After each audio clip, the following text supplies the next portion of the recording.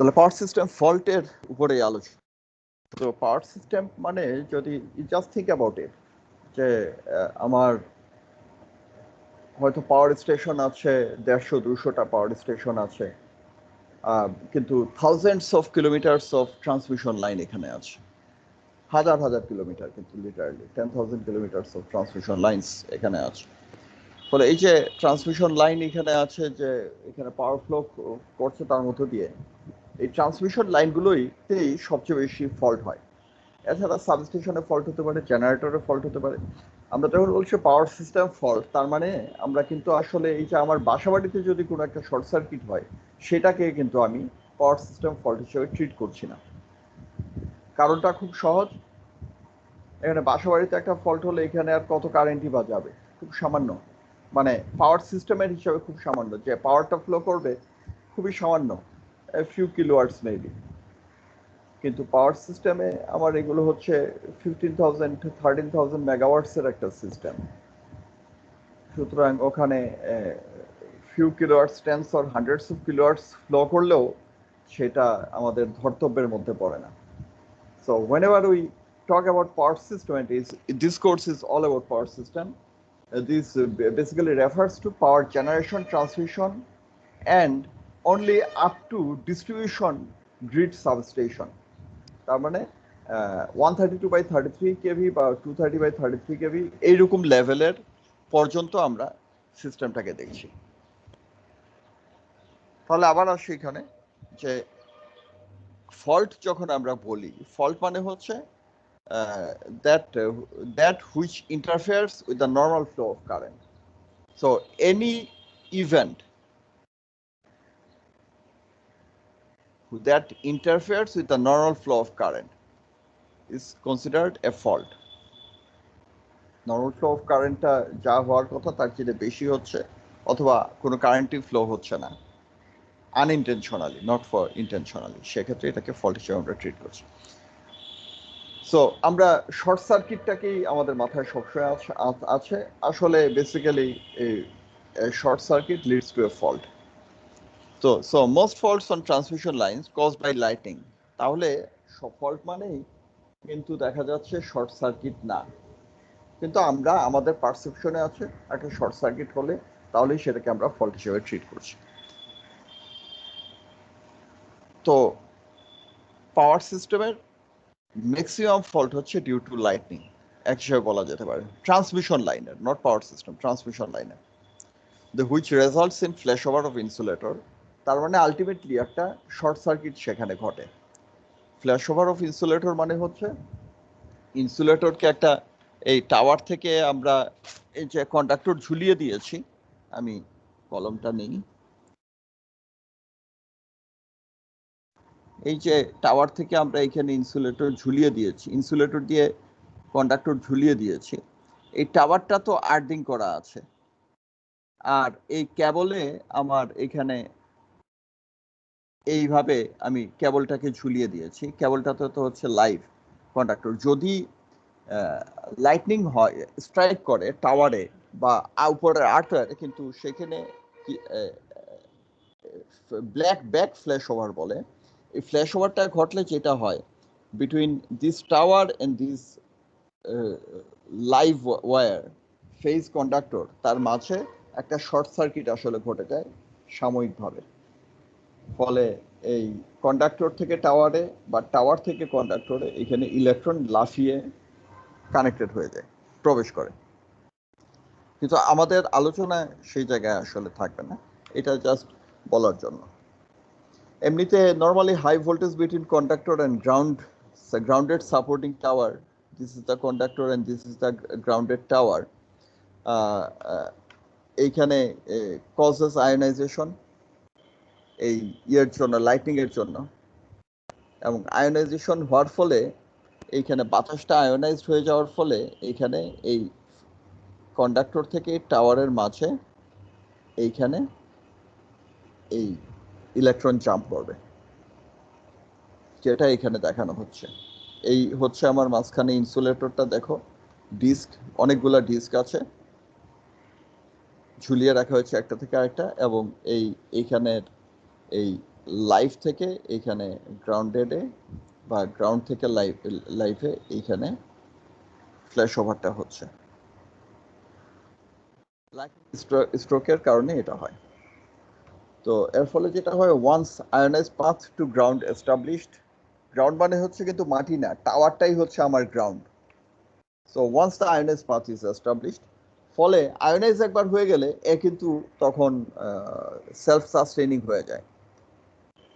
Ionise হয়ে গেলে লো impedance তৈরি হচ্ছে, এইখানে ফ্রি ইলেকট্রন অ্যাভেলেবল হয়ে যাচ্ছে হাই টেম্পারেচারের কারণে, ফলে এটা কন্টিনিউ করতে থাকে। একটা মিনিট একটু হোল্ড করো। হ্যাঁ শামীম, হ্যাঁ হ্যাঁ হ্যাঁ দিয়ে গিয়েছে। কি দিয়ে গিয়েছে আমি দেখিনি, কিন্তু দিয়েছে, ওই কনফারেন্স রুমে রেখেছে। হ্যাঁ হ্যাঁ, ওনারা 11টার সময় আসবে, আমিও 11টার সময় আসবো, আমি ক্লাসে এখন। ওকে, সো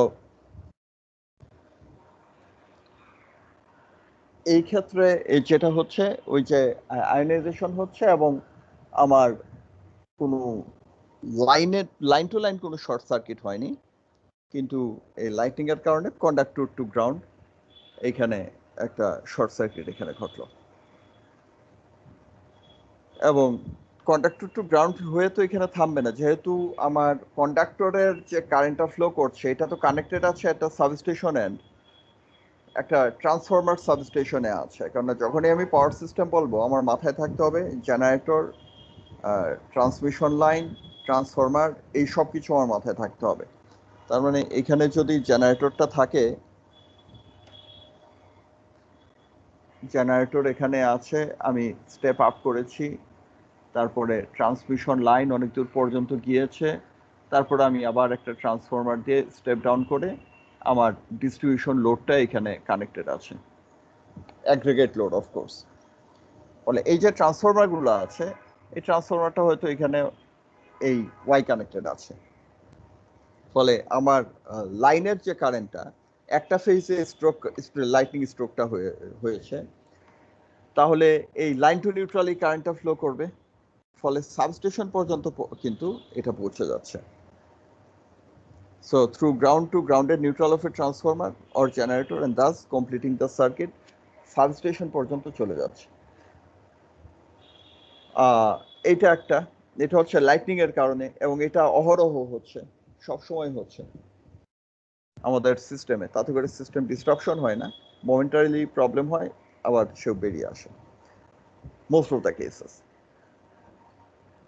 এমনিতে এর বাইরে যেটা হতে পারে লাইন টু লাইন ফল্ট হতে পারে, তার মানে দুটো লাইনের মধ্যে, দুটো ফেজের মধ্যে এখানে শর্ট সার্কিট হলো, এটা লেস কমন, কিন্তু ইট ডাজ হ্যাপেন, অত ঘন ঘন না হলেও।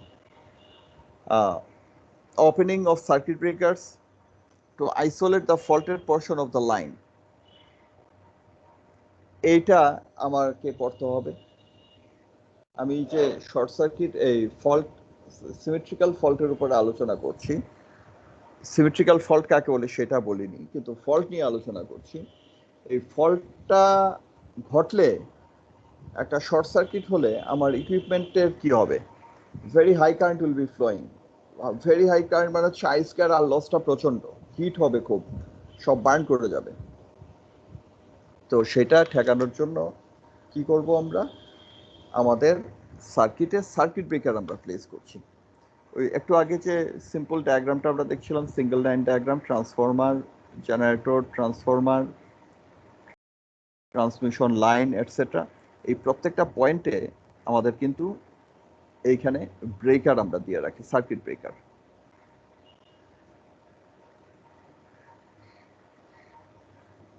সার্কিট ব্রেকার এইভাবে দেওয়া আছে। তাহলে যদি কোথাও একটা ফল্ট হয়, ধরো দেখে লাইনের উপরে ফল্ট হয়েছে, সবচেয়ে বেশি ফল্ট লাইনেই হয়, তাহলে কিন্তু আমার দুই পাশের সার্কিট ব্রেকার, এই সার্কিট ব্রেকার ওপেন হয়ে গিয়ে এই ফল্টটাকে আইসোলেট করে দিবে। তাহলে এই যে সার্কিট ব্রেকার একটা ফল্ট হয়েছে, এটা বুঝতে পারবে কিভাবে? তার জন্য এটা এই কোর্সের আলোচনা না, কিন্তু সাধারণভাবে এটা তোমাদের জানা থাকা দরকার। এই ফল্ট হয়েছে এটা বোঝার জন্য সেখানে আমরা কারেন্ট ট্রান্সফরমার বা সিটি এবং পটেনশিয়াল ট্রান্সফরমার বা পিটি ব্যবহার করি, এই সিটিপিটি দিয়ে আমরা সিগন্যালটা নেই, কারেন্ট এবং ভোল্টেজ সিগন্যাল, সেটা আমরা ফিড করি রিলেতে।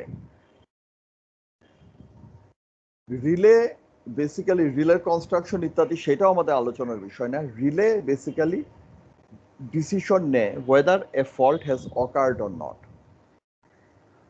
রিলের ডিসিশনের ভিত্তিতে রিলে তখন সার্কিট ব্রেকারকে ট্রিপ সিগন্যাল পাঠায় এবং সার্কিট ব্রেকার ট্রিপ করে, ফল্টটাকে আইসোলেট করে নেয়। এমনিতে এই যে আমাদের ট্রান্সমিশন লাইনে যখন লাইটিং স্ট্রাইকটা হয়, হিউজ কারেন্ট ফ্লো করছে, তখন সার্কিট ব্রেকার এখানে রিলে, আমার লাইনের দুই পাশের রিলে বুঝতে পারে যে এখানে ফল্ট হয়েছে এবং সার্কিট ব্রেকারকে ট্রিপ করে দেয়। ট্রিপ করে দিলে কি হবে, এই সাবস্টেশন পর্যন্ত এই কারেন্ট ফ্লো করবে না। যেটা হবে, এই লাইনটা যেহেতু আমার টাওয়ারের উপরে আছে, এরকম এরকম সব টাওয়ারের উপরে আছে এবং টাওয়ারগুলো হচ্ছে কি গ্রাউন্ডেড, ফলে ফল্টের লাইটনিং স্ট্রাইকের কারণে যে কারেন্ট, সার্জ কারেন্ট, সেটা এই প্রত্যেকটা টাওয়ারের মধ্য দিয়ে ডিসিপেটেড হয়ে যায় আর্থে। সাবস্টেশনের দুই এন্ডে ওটাকে ফল্টকে আমরা লাইনটাকে আমরা আইসোলেট করে নিয়েছি। আর লাইটিং এর কারণে ফল্ট ডিটেক্ট করেছি, কিন্তু এটা তো আর বেশিক্ষণ থাকছে না। এখন এই অবস্থায় এটা কি করব, আমাদের লাইনটাকে আবার ক্লোজ করতে হবে। সাধারণত এই ব্যবস্থা থাকে ট্রান্সমিশন লাইনগুলোতে, আমাদের এখানেও আছে। আমরা অটো রিক্লোজিং করি, তার মানে সার্কিট ব্রেকার আবারও অটোমেটিক কয়েক সাইকেল পরে আবারও ক্লোজ হবে। ক্লোজ হয়ে যদি দেখে এখনো হাই কারেন্ট ফ্লো করছে, তখন আবার ওপেন হয়ে যায়। এইভাবে 3 বার দেখে, এবং যদি দেখে যে প্রত্যেকবারে হাই কারেন্ট ফ্লো করছে, তার মানে হচ্ছে এটা আসলে একটা পার্মানেন্ট ফল্ট হয়েছে। এটা লাইটনিং এর কারণে যে ফল্ট, সেটা তো সাময়িক ফল্ট, সেটা না, পার্মানেন্ট ফল্ট হয়েছে, তখন আর এই রিক্লোজিং আর হবে না। ফল্টের কাজটা, ফল্ট অ্যানালাইসিস করা, কোন ধরনের ফল্ট হলে কেমন কারেন্ট ফ্লো করছে সেটাকে বুঝতে হবে। কারণ ফল্টটাকে যদি আমি ডিটেক্ট করতে চাই, তাহলে কোন লেভেলের কারেন্ট গেলে এটা ফল্ট হয়েছে আমি বুঝবো, সেই ডিসিশনটা তো নিতে হবে আমাকে। ভেরি হাই কারেন্ট ফ্লো করলেই সেটা ফল্ট হবে তা তো না। হয়তো আমার রেটেড কারেন্টই হাই, আমি ফল্ট লেভেলটা যদি ঠিকমতো সেট না করি, তাহলে রেগুলার কারেন্ট গেলেই এখানে ট্রান্সফার হয়ে যাবে, কি বলে, সার্কিট ব্রেকার ট্রিপ করবে। তাছাড়া তোমরা তো জানো, ট্রান্সফরমারে, মেশিনে তোমরা পড়েছো, ট্রান্সফরমারে কি হয়, একটা ট্রান্সফরমারকে যখনই আমরা সুইচ অন করি, এনার্জাইজ করি, তখন কি হয়, ইনিশিয়াল রাশ অফ কারেন্ট হয়। তাহলে আমার এখানে এই ফার এন্ডে এই জায়গাতে যদি একটা ট্রান্সফরমার আমার এখানে থাকে, আর এটাকে যদি আমি ধরা যাক যে আমি সুইচ ক্লোজ করেছি, ট্রান্সফরমারকে এনার্জাইজ করেছি, তাহলে এইখান দিয়ে একটা ইনিশিয়াল রাশ অফ কারেন্ট যাবে। সেটা দেখে যদি এইখানকার রিলে মনে করে যে এখানে একটা ফল্ট হয়েছে, তাহলে তো মুশকিল। সুতরাং এইসব জিনিসগুলো সম্পর্কে খুব ভালোভাবে আমাদের জানা না থাকলে আমরা প্রোটেকশন সিস্টেমটাকে ঠিকমতো ডিজাইন করতে পারি না। ফলে আজকের যে আলোচনাটা আজকে আমরা শুরু করছি, এই fault analysis, power system fault অ্যানালাইসিসটা হচ্ছে power system protection system design করার জন্য আবশ্যিক। শুধু প্রোটেকশন সিস্টেম ডিজাইন করার জন্য না, আমার পাওয়ার সিস্টেমটাকে ডিজাইন করার জন্য ফল্ট সম্পর্কিত ধারণাটা আমার পরিষ্কার থাকতে হবে। এখন যে একটু আগে বলছিলাম যে আমাদের মোস্ট অফ দ্য ফল্ট হচ্ছে ডিউ টু লাইটনিং, এবং লাইটনিং ফল্টগুলো হচ্ছে টেম্পোরারি, সাময়িক। আর যেগুলো পার্মানেন্ট ফল্ট, এই পার্মানেন্ট ফল্টগুলো যেগুলো হয়, সেটাকে ফল্টের কারণটাকে রিমুভ না করা পর্যন্ত আলটিমেটলি ওই ইকুইপমেন্ট আমরা আর ব্যবহার করতে পারি না, বা ওই লাইনটা আর আমরা ব্যবহার করতে পারি না। আর পার্মানেন্ট ফল্ট কি কারণে হতে পারে, সেটা হচ্ছে lines being on ground, conductor to earth একটা পার্মানেন্ট একটা কানেকশন হয়ে গিয়েছে, তাহলে এটা হতে পারে। অথবা insulator strings breaking because of icing load or for any other reason. কন্ডাক্টরগুলো টাওয়ার থেকে তো ঝুলিয়ে রেখেছি আমরা, শুধু লাইন কন্ডাক্টরের কথা বলছি কেন, সাবস্টেশনেও তো আমাদের প্রচুর ইনসুলেটর ব্যবহার করতে হয়। তো ইনসুলেটর ব্রেকডাউন হলে তার মানে হচ্ছে ইনসুলেটর কাজ করছে না, ফলে লাইভ পার্ট এবং আর্থের মধ্যে একটা পার্মানেন্ট কানেকশন হয়ে গিয়েছে। পার্মানেন্ট ড্যামেজ টু টাওয়ার হতে পারে, সার্জ রেস্টোর ফেলিওর হতে পারে, ইত্যাদি নানা কারণে পার্মানেন্ট ফল্ট হতে পারে। তো লাইটনিং এর এই পার্টটাকে যদি আমরা বাদ দেই, টেম্পোরারি ফল্টকে যদি বাদ দেই, তাহলে আমাদের পার্মানেন্ট ফল্টের প্রশ্নে আসি, তাহলে দেখব যে most of the fault R single line to ground fault.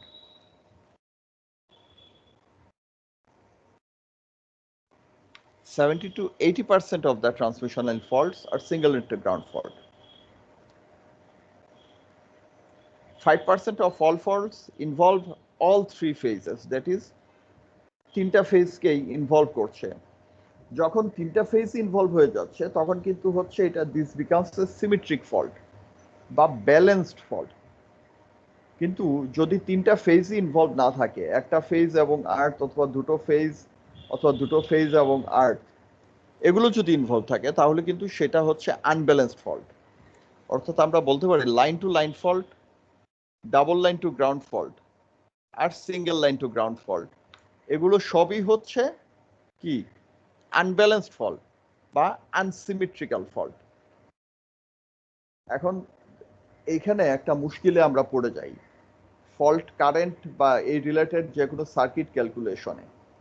আমরা নর্মালি তো একটা ট্রান্সফরমার, একটা জেনারেটর বা আমরা যে সার্কিটের পাওয়ার ফ্লো করেছি সব ক্ষেত্রেই আমরা ধরে নিয়েছি গোটা সিস্টেমটা ব্যালেন্সড অবস্থায় আছে, so that we could use a single phase equivalent model of the system.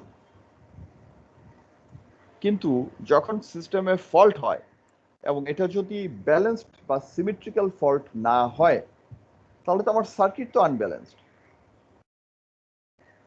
যদি শুধু single line to ground fault হয়, লাইন টু গ্রাউন্ড ফল্ট, তাহলে সিস্টেম আনব্যালেন্স। তাহলে আনব্যালেন্স সিস্টেমটাকে আমি অ্যানালাইসিস করব কিভাবে? এতদিন পর্যন্ত যে ম্যাথমেটিক্সটা ব্যবহার করে এসেছি আমরা থ্রি ফেজের জন্য আমরা ব্যবহার করেছি, it is based completely on the understanding that the system is balanced. বোঝা গেল? তাহলে আমাদের এই সমস্যা আমরা পড়ছি। প্রথমত আমাদের ফল্টের টাইপটা যদি আমরা ধরি, সিমেট্রিক্যাল ফল্টকে আমরা ট্রিপল লাইন ফল্ট বলি, LLL, তিনটা line fault.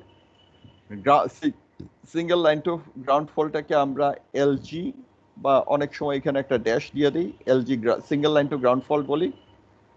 Line to line ফল্টকে আমরা ডাবল L এইভাবে দেখাই, double line to ground fault LLG। তাহলে এই চার ধরনের ফল্টের মধ্যে আমরা এই মুহূর্তে শুধুমাত্র এই সিমেট্রিক্যাল ফল্টের ব্যাপারে প্রাথমিক আলোচনাটা করে নিব। তারপরে আমরা এই আনব্যালেন্সড ফল্টের জন্য আমাদের যে নতুন ম্যাথমেটিক্সটা ব্যবহার করতে হবে, একটা আনব্যালেন্স সার্কিটকে অ্যানালাইসিস করার ম্যাথমেটিক্স আছে, টুলস আছে, সেই ম্যাথমেটিক্যাল টুলের সঙ্গে আমাদের পরিচয় হতে হবে। তারপরে আমরা ফল্ট অ্যানালাইসিসের পার্টটায় আমরা যাব।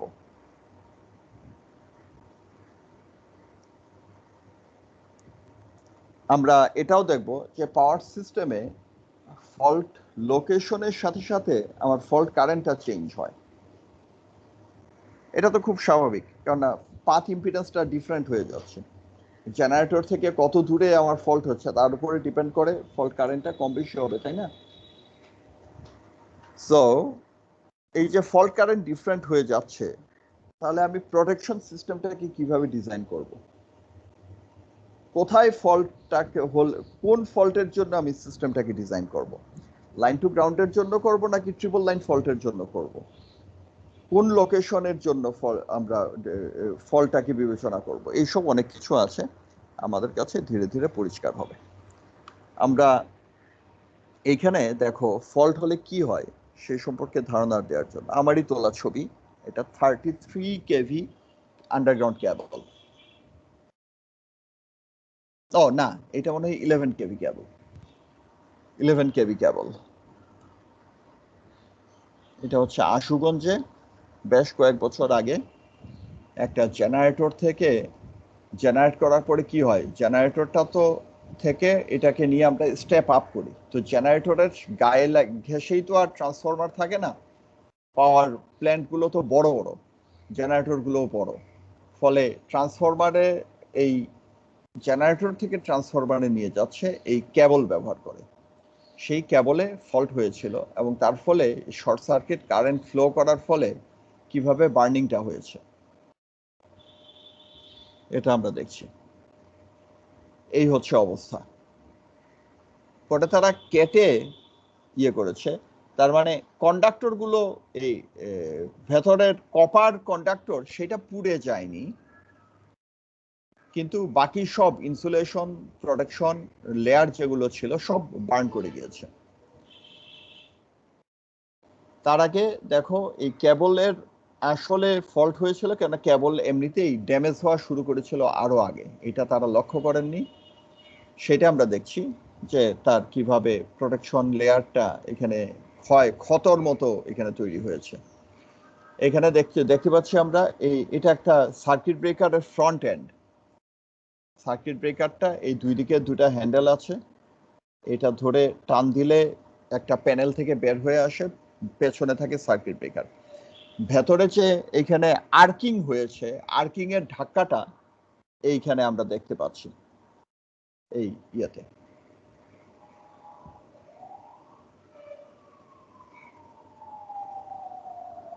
এই আমি আসলে এইখানে ইয়েটা করছি, পিছনে দেখতে পাচ্ছ নিশ্চয়ই। এবং ব্যাক এন্ডে সার্কিট ব্রেকারের কি অবস্থা হয়েছে দেখো, একদম বার্ন করে কিরকম প্রচন্ড শব্দ হয় কিন্তু আর্কিং হলে, এবং প্রচন্ড হিট, একদম সবকিছু বার্ন করে একদম পুড়ে ছাড়খাড়। একটা ভালো সার্কিট ব্রেকার একই জিনিস, ভালোটা আমরা দেখতে পাচ্ছি, সেটার এই অবস্থা ছিল। এটা হচ্ছে ওই উপরের প্যানেলে, মিটারিং প্যানেলে এই পিছনে যে নিচে আর্কিং হচ্ছে তারই 6টা এখানে দেখতে পাচ্ছ নিশ্চয়ই, যে কার্বন ট্র্যাকিংটা এখানে দেখা যাচ্ছে। তারা অনেক মুছে ফেলেছে, ট্র্যাকিংটা আরো স্পষ্ট ছিল। সো এই ফল্ট হলে এইটা কিন্তু বিপজ্জনক অবস্থা তৈরি করে আমার ইকুইপমেন্টের জন্য, এবং সেটা থেকে প্রোটেকশনের জন্য আমাদের দরকার হয় সার্কিট ব্রেকার। সার্কিট ব্রেকারের সিলেকশনটা খুব ইম্পর্টেন্ট, এবং এই সিলেকশনটা ডিপেন্ডস অন যে এই সার্কিট ব্রেকারকে নর্মাল অপারেটিং কন্ডিশনে কোন কারেন্ট ফ্লো করতে হবে, সেই কারেন্টে সার্কিট ব্রেকারটা কোনো হিটিং হবে না, কিছু হবে না, সেইভাবে তৈরি করতে হবে। 2 নাম্বার হচ্ছে maximum current that may flow momentarily. সেই মোমেন্টারিলি ম্যাক্সিমাম কারেন্টটা কিন্তু শর্ট সার্কিট হলে খুব হাই হয়, সুতরাং সেটাকে উইথস্ট্যান্ড করতে পারতে হবে। তারপর সেই কারেন্টটা একটু নেমে আসে, সেই কারেন্টটা প্রথমে খুব ট্রানজিয়েন্ট কারেন্টটা খুব হাই হয়, তোমরা আরএল সার্কিটে দেখেছো যে প্রথমে কারেন্ট একটা সাডেনলি একটা আরএল সার্কিটকে সাডেনলি ক্লোজ করলে প্রথমে হাই কারেন্ট ফ্লো করে, তারপর একটু আস্তে আস্তে এটা নর্মাল হয়, ট্রানজিয়েন্ট কারেন্টটা হাই হয়। সেই ট্রানজিয়েন্ট কারেন্ট উইথস্ট্যান্ড করতে হবে, কিন্তু কারেন্টটা একটু নেমে আসলে তারপরে গিয়ে হয়তো আমরা 50 মিলি সেকেন্ড বা 100 মিলি সেকেন্ড পরে আমরা সার্কিট ব্রেকারটাকে ওপেন করব, তার মানে কারেন্টটাকে ডিসরাপ্ট করব। এই ইন্টারাপ্ট করা কারেন্টটা এটাও সার্কিট ব্রেকারের রেটিং এর একটা পার্ট। জিনিসটাকে বোঝার জন্য ধরা যাক একটা simple RL circuit, and consider this যে আমাদের একটা সাইন ওয়েভ এখানে আছে, আমরা একটা সুইচ এস কে ক্লোজ করব এট টি ইকুয়ালস 0। এখন এই টি ইকুয়ালস 0 তে আমি যখন সুইচটা ক্লোজ করছি তখন আমার এই সাইন ওয়েভের কোন জায়গায় আমি আছি, আমি কি এইখানে সুইচটা ক্লোজ করলাম নাকি এইখানে সুইচটা ক্লোজ করলাম, তার উপর ডিপেন্ড করে আমার আলফার ভ্যালুটা এখানে কম বেশি হবে। ঠিক আছে, আলফাটা ভেরি করতে পারে। এখন এই সিম্পল সার্কিটে এটা তোমরা আগেই বহু আগে করেছো, এই সিম্পল সার্কিট ডিফারেনশিয়াল ইকুয়েশনটা কি, এই জিনিস তো V equals RI plus L di by dt. ও এখানে এলটা লেখা হয়নি,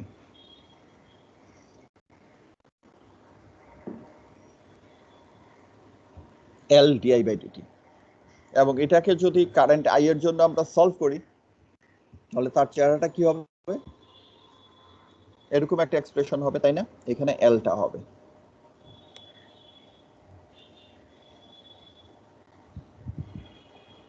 তাহলে এই যে সলিউশনটা আমরা দেখতে পাচ্ছি, এখানে দেখতে পাচ্ছি আমরা দুটো পার্ট।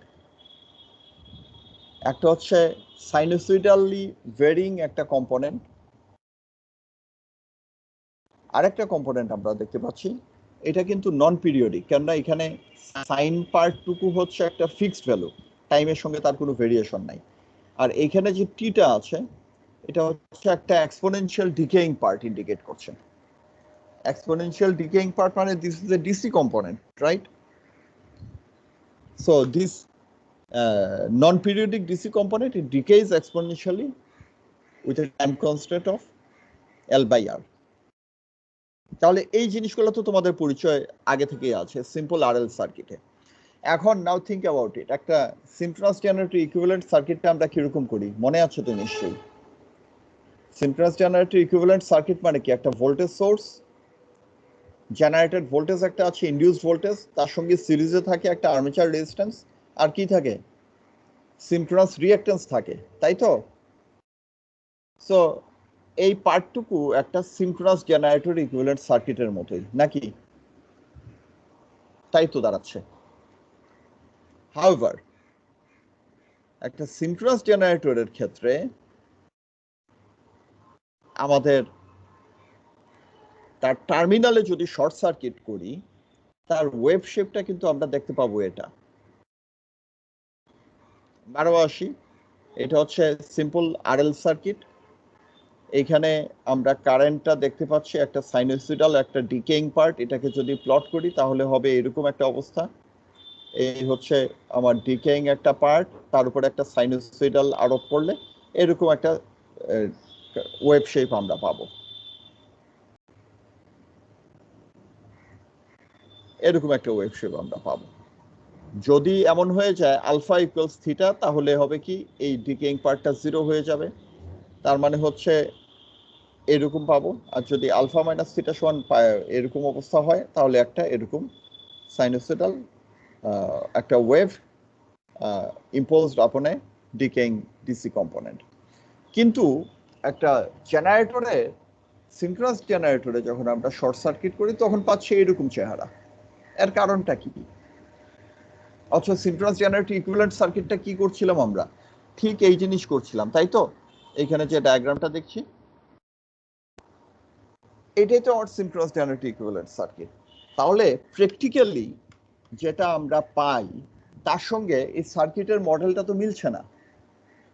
আচ্ছা ভালো কথা, তোমরা তোমাদের মেশিন ল্যাবে এই সিনক্রোনাস জেনারেটরের ট্রানজিয়েন্ট কারেন্ট এগুলা কি ইয়ে করেছিলাম মেমোরি অসিলোস্কোপে শর্ট সার্কিট করে?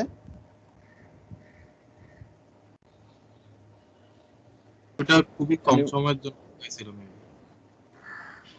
না ওইটা কি করেছিলা কি না তোমরা, ওই মেমোরি অসিলোস্কোপে ক্যাপচার করেছিলা ট্রানজিয়েন্টটা?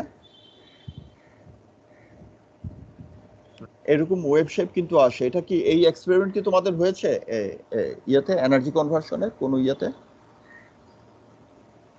স্যার এটা হয় নাই মনে হয়। এটা হয়নি, এটা ছোট জেনারেটর হয় না, কিন্তু পাশের নিচের পাশের লেভে তো বড় জেনারেটর গুলো চালু করে দেওয়ার কথা। ঠিক আছে, দেখতে হবে। সো এখানে আমরা দেখতে পাচ্ছি যেটা, সেটা হচ্ছে একটা সিনক্রোনাস জেনারেটরে যদি টার্মিনালে একটা শর্ট সার্কিট করি, কোনো লোড টোড না, এটা জেনারেট ইয়ে করা হচ্ছে, এক্সাইটেশন করেছে, একটা ভোল্টেজ বিল্ড আপ করেছে, সাডেনলি টার্মিনালে যদি আমরা শর্ট সার্কিট করি এরকম একটা ওয়েভ শেপ আমরা দেখতে পাবো। এই ওয়েভ শেপটাই দেখা যাচ্ছে প্রথমে ভেরি হাই একটা পিক, ধাই করে একটা হাই কারেন্ট, খুব দ্রুত ডিকে করতে থাকে, ডিকে করে একটা এরকম দিস ইজ স্টিল হাই, যেহেতু টার্মিনালে শর্ট সার্কিট করে করেছে, কিন্তু এখানে হাই থাকলেও এখানে পিওরলি একটা সাইনোসয়েডাল একটা ওয়েভ আলটিমেটলি ফ্লো করছে। এই যে কারেন্টের ইয়েটা, আমরা যে সিনক্রোনাস জেনারেটরের মডেলিংটা করি, যেটা তোমরা দেখেছো একটু আগেও, যেটা দেখালাম এই পার্টটা, সেটা বেসিক্যালি এই অংশের জন্য ভ্যালিড, কিন্তু এই অংশের জন্য এই মডেলটা ভ্যালিড না। এখানে দেখাই যাচ্ছে কন্টিনিউয়াসলি একটা ডিকেইং এটা হচ্ছে, শুরুতে খুব হাই, পরে কম, ধীরে ধীরে। এই ইনিশিয়াল পার্টটাকে আমরা বলি সাবট্রানজিয়েন্ট কন্ডিশন। ইনিশিয়াল এই পার্টটা ভেরি হাই কারেন্ট যেখানে ফ্লো করে, এই অংশটুকু হচ্ছে সাবট্রানজিয়েন্ট কন্ডিশন। তারপরের পার্টটুকুকে আমরা বলবো ট্রানজিয়েন্ট কন্ডিশন, এবং সবশেষের পার্টটাকে আমরা বলবো স্টেডি স্টেট কন্ডিশন। তাহলে এই প্রত্যেক কন্ডিশনের জন্য আমাদের যেটা আমরা এখন করব সেটা হচ্ছে যে, এটা তো দেখতে পাচ্ছি কন্টিনিউয়াসলি আসলে পাথ ইম্পিডেন্স চেঞ্জ হয়ে যাচ্ছে। চেঞ্জ হয়ে যাওয়ার কারণটা পরে আমি আসছি, কিন্তু আমরা যেটা করব, এই ট্রানজিয়েন্ট কন্ডিশনের জন্য একটা ইকুইভ্যালেন্ট সার্কিট ব্যবহার করব, সাবট্রানজিয়েন্টের জন্য, ট্রানজিয়েন্ট পার্টের জন্য একটা ব্যবহার করব, স্টেডি স্টেট পার্টের জন্য আরেকটা মডেল ব্যবহার করব। টপোলজিক্যালি প্রত্যেকটা মডেলের চেহারা এরকমই হবে, কিন্তু এই ইম্পিডেন্সের ভ্যালুগুলোকে ডিফারেন্ট হয়ে যাবে। ইম্পিডেন্সের ভ্যালুগুলো আমরা রেজিস্ট্যান্সগুলোকে নেগলেক্ট করব, কেন ফল্ট হলে যে কারেন্ট ফ্লো করবে, এই কারেন্ট ফ্লোতে মূল বাধাটা দেবে আসলে রিঅ্যাক্ট্যান্স। বাই ডিজাইন আমার জেনারেটরের রেজিস্ট্যান্সটা থাকবে খুবই কম, কেননা জেনারেটরের রেজিস্ট্যান্স হাই থাকার মানে কি, ভেতরে একটা আইসকার আর লস হবে, জেনারেটর তো গরম হয়ে যাবে, এবং অপ্রয়োজনীয়। আমি জেনারেট করছি তো ব্যবহার করার জন্য, পাওয়ারটাকে লস করার জন্য না। ফলে বাই আমার রেজিস্ট্যান্সটা খুবই কম থাকে, কিন্তু রিঅ্যাক্ট্যান্সটা এইখানে থেকেই যায়, এবং এটাই আমার কারেন্টটাকে মূল বাধার সৃষ্টি করে। তাহলে আমরা এই গোটা পার্টটাকে তিনটা ভাগে ভাগ করছি। প্রথমত হচ্ছে সাবট্রানজিয়েন্ট কন্ডিশন। সাবট্রানজিয়েন্ট কন্ডিশনের জন্য আমরা যে ইম্পিডেন্সটাকে ব্যবহার করব সেটাকে বলবো সাবট্রানজিয়েন্ট রিঅ্যাক্ট্যান্স। সিম্বলটা হচ্ছে XD ডাবল প্রাইম। ডিটা মানে হচ্ছে ডাইরেক্ট এক্সিস সাবট্রানজিয়েন্ট রিঅ্যাক্ট্যান্স। দ্বিতীয়ত তারপরের অংশটুকু যেটা ডিকেইং পার্ট, সেটাকে মডেল করব আমরা ট্রানজিয়েন্ট রিঅ্যাক্ট্যান্স দিয়ে, XD ড্যাশ। এবং ফাইনালি আমাদের স্টেডি স্টেট পার্টটাকে আমরা মডেল করছি স্টেডি স্টেট রিঅ্যাক্ট্যান্স XD দিয়ে। ফলে আমরা যে সিনক্রোনাস রেজিস্ট্যান্স রিঅ্যাক্ট্যান্স XS ব্যবহার করি, সেটা হচ্ছে বেসিক্যালি দিস XD। অবভিয়াসলি আমার যদি এই অংশে কারেন্ট বেশি থাকে, তাহলে বুঝতে হবে আমার রিঅ্যাক্ট্যান্সটা এই সময়ে সবচেয়ে কম, এবং সেই সিকোয়েন্সে যদি আমরা আসি তাহলে দেখতে পাবো যে আমার সাবট্রানজিয়েন্ট রিঅ্যাক্ট্যান্সের তুলনায় ট্রানজিয়েন্ট রিঅ্যাক্ট্যান্স বেশি, তার চাইতেও বেশি হচ্ছে স্টেডি স্টেট রিঅ্যাক্ট্যান্স। এবং আমাদের কারেন্টটা তাহলে আমরা মোটামুটি অ্যাপ্রক্সিমেটলি এরকম ভাবে করছি, ট্রানজিয়েন্ট, সাবট্রানজিয়েন্ট, ট্রানজিয়েন্ট এবং স্টেডি স্টেট। কারেন্টের মধ্যে এই প্রথম অংশটুকু হচ্ছে আমার স্টেডি স্টেট কারেন্টটা, তারপরের অংশ হচ্ছে ট্রানজিয়েন্ট কারেন্টটা, এখানে দেখছো একটা ডিকেইং পার্ট আছে, এবং তারপরে হচ্ছে একটা সাবট্রানজিয়েন্ট কারেন্টটা। এই তিনটা মিলে আমার টোটাল কারেন্ট। এটাও ডিকেইং, এটা খুব দ্রুত ডিকে করবে, তারপরে এটা তুলনামূলকভাবে স্লোলি ডিকে করবে, কিন্তু আলটিমেটলি এই সবই ডিকেইড হয়ে গেলে যেটা থাকবে সেটা হচ্ছে স্টেডি স্টেট কারেন্ট। আমাদের কাজটা এখানে মূল মডেলিং করা নয়, মানে এই এই এক্সপ্রেশনগুলো মডেলিং করা নয়, সুতরাং সেটা আমরা এখানে করতে যাচ্ছি না, সরাসরি এক্সপ্রেশনগুলোকে রেফার করছি শুধু।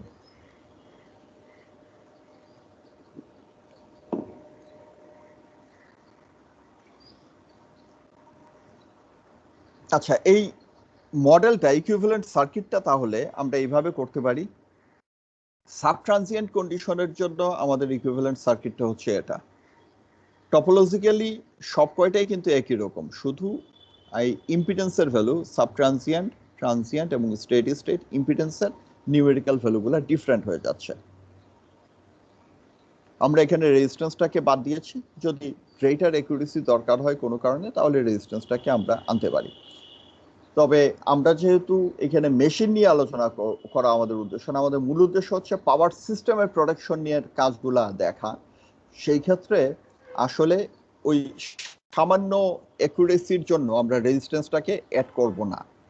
আমাদের জন্য এই কনজারভেটিভ হিসাবে যাওয়া, অর্থাৎ রেজিস্ট্যান্সটাকে যোগ করলে তো কারেন্ট একটু কম হবে, সেটা না করে আমরা কারেন্ট এই শুধু রিঅ্যাক্ট্যান্স ব্যবহার করলে কারেন্ট একটু বেশি পাবো, সেই ভ্যালুগুলো দিয়েই আমাদের প্রোটেকশন সিস্টেমটাকে ডিজাইন করব। তার মানে প্রোটেকশন সিস্টেমের ডিজাইনটা হবে একটু ওভার ডিজাইন হবে স্লাইটলি, সেটা আমাদের জন্য কোনো অসুবিধা না। এখন প্রশ্ন হচ্ছে যে এই ঘটনাটা কেন ঘটে? এই যে কারেন্টের যে ডিফারেন্সগুলো আমরা দেখতে পাচ্ছি, এটা কেন ঘটছে? এটা ঘটছে কেন, এটা বোঝার জন্য আমাদেরকে আসলে সিনক্রোনাস জেনারেটরের ভেতরে ঢুকতে হবে। আবারও, যেহেতু মেশিনটা আমাদের আলোচনার জন্য মুখ্য না, কিন্তু কিছুটা না বললে নয়। সিনক্রোনাস জেনারেটর আমরা কিভাবে কাজ করি খেয়াল আছে তো? আমরা যেটা করি, রটরে আমরা ওয়াইন্ডিং এখানে তৈরি বসাচ্ছি এবং এখানে একটা ডিসি সাপ্লাই দিচ্ছি। ডিসি সাপ্লাই দিলে কি হচ্ছে, আমার রটরে দেখি কোথাও খালি জায়গা নাই, আচ্ছা এইখানেই ইয়ে করি, ডিসি সাপ্লাই দিচ্ছি, একটা ডিসি ফিল্ড তৈরি হলো। কি হলো?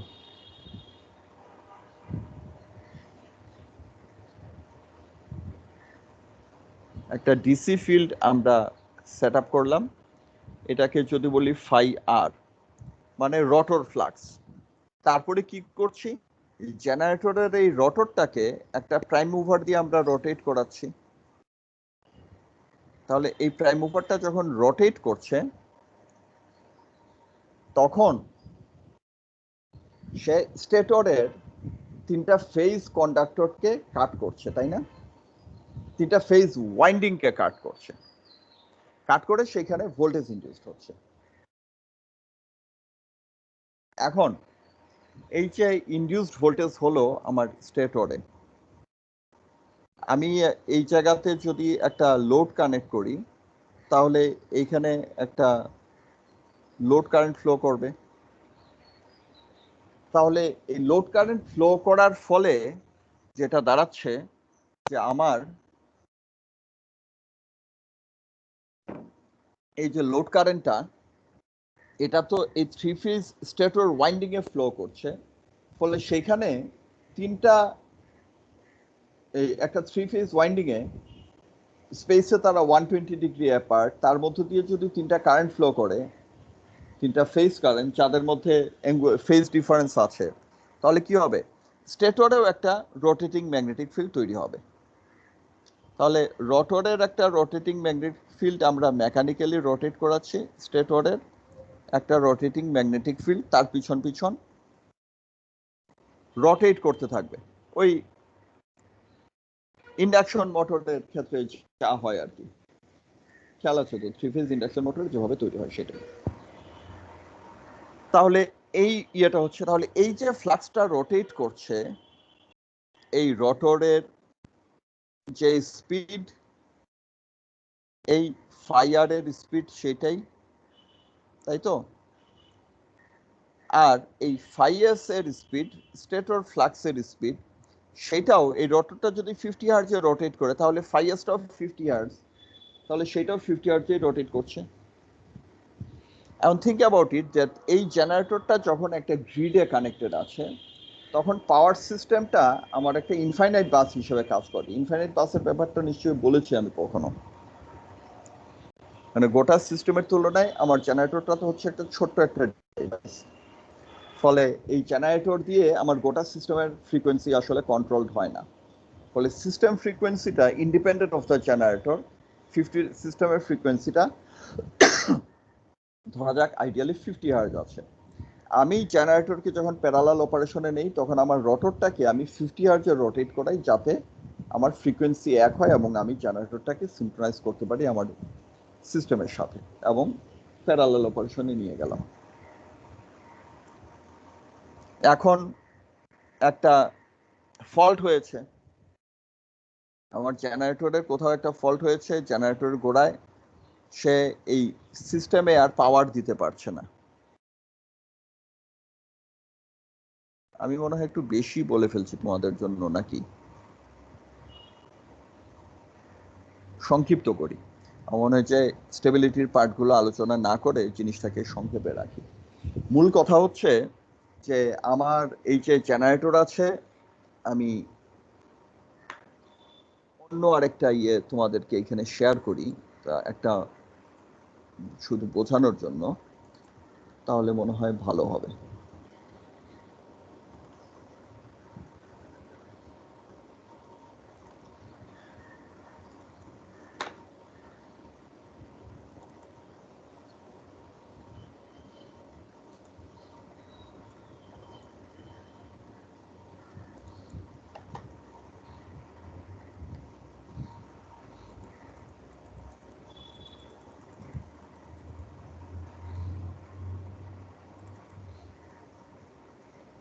আমি একটা ডায়াগ্রাম আসলে খুঁজছি, এক্ষুনি বের করে নিচ্ছি। হ্যাঁ, এটাই।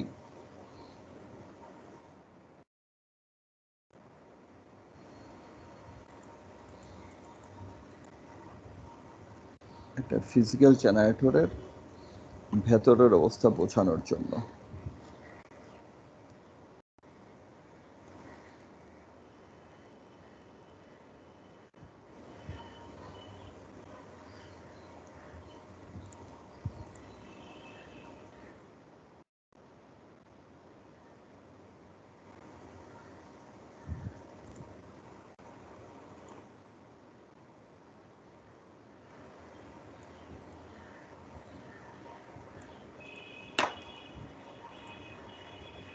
এটা যেটা এখন আমি ডায়াগ্রাম দেখাবো, যেটা হচ্ছে বেসিক্যালি একটা প্র্যাকটিক্যাল সিনক্রোনাস জেনারেটরের ভেতরের অবস্থাটা একটু বোঝার জন্য। একটা হচ্ছে এই দেখো, আমাদের কলমটা আমি নেই,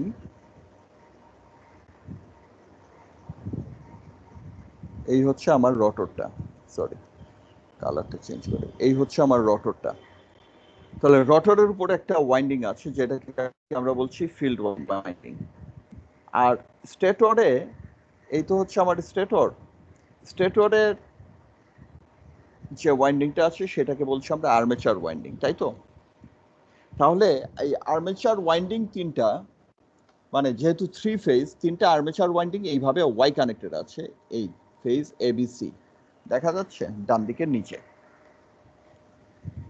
আর আমাদের যে রটরের যে ওয়াইন্ডিংটা আছে, এই রটরের ওয়াইন্ডিংটাকে আমরা এইখানে দেখাচ্ছি, this is our field winding. এছাড়াও আর্মেচার, এই রটরের এই মাথায়, এই পোল ফেসে কিছু ওয়াইন্ডিং থাকে, ড্যাম্পার ওয়াইন্ডিং, এটা হয়তো কিছুটা আলোচনা তোমাদের কোথাও হয়েছে। সেই ড্যাম্পার ওয়াইন্ডিংকে আমরা এইরকম দুই ভাগে ভাগ করে দেখাতে পারি, ডিটেলটাই আমাদের যাওয়ার দরকার নেই। দ্য মেইন পয়েন্ট ইজ, আমার এই রটর ওয়াইন্ডিং এর মধ্য দিয়ে যে কারেন্ট তৈরি করছে সেও ফ্লাক্স তৈরি করছে, আর স্টেটরের যে ওয়াইন্ডিং গুলো আছে এরা প্রত্যেকেই কিন্তু ফ্লাক্স তৈরি করছে। লক্ষ্য করছো নিশ্চয়ই, তিনটা ফ্লাক্স এখানে তৈরি করছে। তাহলে এই যে আমার মেইন ওয়াইন্ডিং, ফিল্ড ওয়াইন্ডিং, আর এই যে তিনটা ওয়াইন্ডিং, এই তিনটা ফ্লাক্স, তাদের মধ্যে কিন্তু কন্টিনিউয়াস ইন্টারাকশন হচ্ছে। এখন যখন একটা ফল্ট হয়, suddenly very high current is flowing, তখন এই ফল্টের কারণের যে ফ্লাক্সটা, এই ফ্লাক্সের পরিমাণটা বেড়ে যাচ্ছে, যেটা আমার মেইন ওয়াইন্ডিংকে উইকেন করে, দুর্বল করে। Works against that. এটা একটা ঘটনা ঘটে, তার ফলে আমার ভোল্টেজটা একটু কমে যায়, তার চাইতেও বেশি যেটা হয় এই ফ্লাক্সের এই ওয়াইন্ডিং গুলার মানে এই ফ্লাক্সের চেঞ্জ হওয়ার কারণে যে ইফেক্টটা হয় সেটা হচ্ছে, খেয়াল আছে নিশ্চয়ই, আমরা যখন বলি ইন্ডাকটেন্স, এই ইন্ডাকটেন্সের সঙ্গে ইন্ডাকটেন্স আর রেজিস্ট্যান্স দুটাকে যদি একটু কেয়ারফুলি খেয়াল করি, রেজিস্ট্যান্সটা কি করে, ভোল্টেজ আর কারেন্টের মধ্যে একটা রিলেশনশিপ স্থাপন করে, রাইট? আর ইন্ডাকটেন্স যেটা করে, ফ্লাক্স এবং কারেন্টের মধ্যে একটা রিলেশনশিপ এস্টাবলিশ করে। বোঝা গেল খুব সহজভাবে বললে? জি স্যার। ফ্লাক্স লিঙ্কেজের মধ্যে সাথে আর কি, আমি ফ্লাক্সই বলছি, ফ্লাক্স লিঙ্কেজ আসল টার্মটা, কিন্তু আমাদের অতটা নিখুঁত না হলেও চলবে। তাহলে এই ফ্লাক্সটা যখন চেঞ্জ হয়ে যায়, দেখা যায় যে ইন্ডাকটেন্সের পরিমাণটা এখানে যেরকম আর ইকুয়ালস ভি বাই আই, এটা সবসময় এখানে কনস্ট্যান্ট থাকছে। আন্ডার সার্টেন স্পেশাল কন্ডিশন আরটা চেঞ্জ হয়, কিন্তু সেটা আমাদের আলোচনার কোনো প্রয়োজন নেই। তেমনি ইন্ডাকটেন্সটা ফ্লাক্স এবং কারেন্টের সঙ্গে সম্পর্কিতভাবে এখানে আছে। Inductance mediates the relationship between flux linkage and current basically. এবং এই যখন ফল্ট হয়, এখানে ফ্লাক্সের ইন্টারাকশনটা একটা কমপ্লেক্স ইন্টারাকশন তৈরি হয়। এই দুইটা ওয়াইন্ডিং নিয়ে আমি কোনো কথা বলিনি, এটাও এখানে রোল প্লে করে। তারপরে ফলে যেটা হয়, আমার ইন্ডাকটেন্সের পরিমাণটা কমে যায় ইনিশিয়ালি। এই যে ইন্ডাকটেন্সের পরিমাণটা কমে যাচ্ছে, তার মানে ফ্লাক্স এবং কারেন্টের মধ্যে রিলেশনশিপটা এখানে আসলে এক অর্থে উইকেন্ড হচ্ছে, দুর্বল হচ্ছে। ইন্ডাকটেন্সটা কমে যায়, তার ফলে ইন্ডাকটিভ রিঅ্যাকট্যান্সটা কমে যায়, এবং তার ফলে আমার শুরুতে এই হাই কারেন্ট ফ্লো করে। তারপর ধীরে ধীরে এই যে আমার ফিল্ড ফ্লাক্সটা একটা দুর্বল হচ্ছে, সেটা রিকভার করে ধীরে ধীরে। এই ফ্লাক্স কারেন্ট রিলেশনশিপটা এখানে একটা স্যাচুরেশনের ঘটনা ঘটে। ভেরি হাই কারেন্ট গেলে কি হবে, একটা স্যাচুরেশন হয়ে যাবে, ফলে কারেন্টের সঙ্গে ফ্লাক্সের রিলেশনশিপটা উইকেন্ড হওয়া মানে হচ্ছে কিন্তু তাদের সেই সম্পর্কটা আর থাকছে না পুরোপুরি যেটা আগে ছিল। একটু পরে এখানে কারেন্টটা এই ফ্লাক্সটা একটু ডাই ডাউন করার অর্থ হচ্ছে এখানে যে ইনিশিয়াল হাই কারেন্ট গেলে যে ম্যাগনেটিক ফিল্ডটা এখানে তৈরি হয়, সেই ম্যাগনেটিক ফিল্ড থেকে এনার্জিটা সে ডিসিপেট করে কিছু পরিমাণে, এবং তার ফলে এখানে দেখা যায় যে ফ্লাক্স এবং কারেন্টের রিলেশনশিপটা একটু স্ট্রঙ্গার হচ্ছে, বা অন্যভাবে বললে আমার ইন্ডাকটেন্সটা একটু বেড়ে আসছে, এবং ইন্ডাকটেন্সটা ধীরে ধীরে কিন্তু বাড়তে থাকে। তো আমরা যেটা করছি, এটা কন্টিনিউয়াসলি যে চেঞ্জ হচ্ছে এই স্লোপটা, এখানে দুটা স্লোপকে ব্যবহার করছি। প্রথম স্লোপটাকে ব্যবহার করছি, ইনিশিয়াল স্লোপটাকে ব্যবহার করছি আমরা আমার সাবট্রানজিয়েন্ট রিঅ্যাকট্যান্সের জন্য, এটার জন্য। আর পরের এই ডিকেইং যেটা আছে সেটার মেজর স্লোপটাকে আমি ব্যবহার করছি ট্রানজিয়েন্টের জন্য। স্টিল আমরা দেখতে পাচ্ছি আসলে তো এটা কন্টিনিউয়াসলি চেঞ্জ হচ্ছে, তার মানে আমরা এখানে যে ইকুইভ্যালেন্ট সার্কিট কারেন্টটা দেখাচ্ছি এটাও আসলে পুরোপুরি অ্যাকুরেট না, কিন্তু আমরা মোটামুটি 3 ভাগ করে গোটা জিনিসটাকে মডেল করছি। তাহলে এই জায়গায় আমরা আসি, তাহলে যেটা হচ্ছে আমাদের সিম্পল আরএল সার্কিটে যে ঘটনা ঘটছে, আমাদের জেনারেটর ইকুইভ্যালেন্ট সার্কিট সেটার মতো হলেও বেসিক্যালি সেখানে ভেতরের ফিজিক্যাল স্ট্রাকচারটা রিলেশনশিপগুলো আসলে ডিফারেন্ট বলে আমার এই একটা সিঙ্গেল এরকম একটা মডেল দিয়ে আসলে হচ্ছে না। আমরা মোটামুটি ট্রানজিয়েন্ট, সাব ট্রানজিয়েন্ট এবং স্টেডি স্টেট তিনটা পর্যায়ে তিনটা মডেলকে আমরা ব্যবহার করছি। তাহলে এই ব্যাকগ্রাউন্ডটা নিয়ে আমরা আগামী কালের ক্লাসে যেটা করব, যে আমার internal voltage loaded of a loaded machine under faulted condition সেটা কি হয়, সেই ক্যালকুলেশনগুলো আমরা করব, এবং তার বেসিসে আমরা ফল্ট কারেন্টের একটা এক্সপ্রেশন বের করব। ঠিক আছে, তারপর জেড বাস ম্যাট্রিক্সের উপরে আলোচনা করে ফল্ট ক্যালকুলেশন ইউজিং জেড বাস, সেই আলোচনাটা আমরা করব। So that's it for today. আমরা আজকে এখানেই শেষ করছি। আমাদের অ্যাটেন্ডেন্সটা আমি নিয়ে নিয়েছি। Thank you all. আসসালামু আলাইকুম স্যার। ওয়ালাইকুম আসসালাম। স্যার আসসালামু আলাইকুম স্যার, একটা কথা হ্যাঁ। ছিল। বলো। স্যার নেক্সট উইক তো 11th উইক, আমাদের কি কোনো সিটি নেওয়া হবে? একটা সিটি নিতে চাই, স্যার তবে 3 নাম্বার ওটা আমি নিতে সিটিটা। চাই। হ্যাঁ, ওটা আমি নিতে চাই ওই এই সিমেট্রিক্যাল ফলটা করিয়ে। তার মানে এই উইকের দুটো লেকচার করলে সিমেট্রিক্যাল ফল্ট হয়ে যাবে, তারপরে নিতে চাই। স্যার তাহলে তো 11th উইকে নেওয়া যাচ্ছে। হ্যাঁ। স্যার তাহলে ডেটটা পরে হ্যাঁ, তোমরা ইয়ে করতে পারো, যে কোনো দিনই আমি নিতে পারবো। মানে এই উইকে জি সিমেট্রিক্যাল স্যার, ফলটা আমাকে হয়ে জানান। যাবে, তারপরে তোমরা যে কোনো দিনই দিতে পারো। স্যার সিলেবাসটা কিসের উপর হবে স্যার? এই সিমেট্রিক্যাল ফল্ট গোটাটার উপরেই হবে। এই উইকে যা পড়াবো গোটাটার উপরে। ঠিক আছে, ওকে, আমি মিটিং শেষ করছি। Thank you all.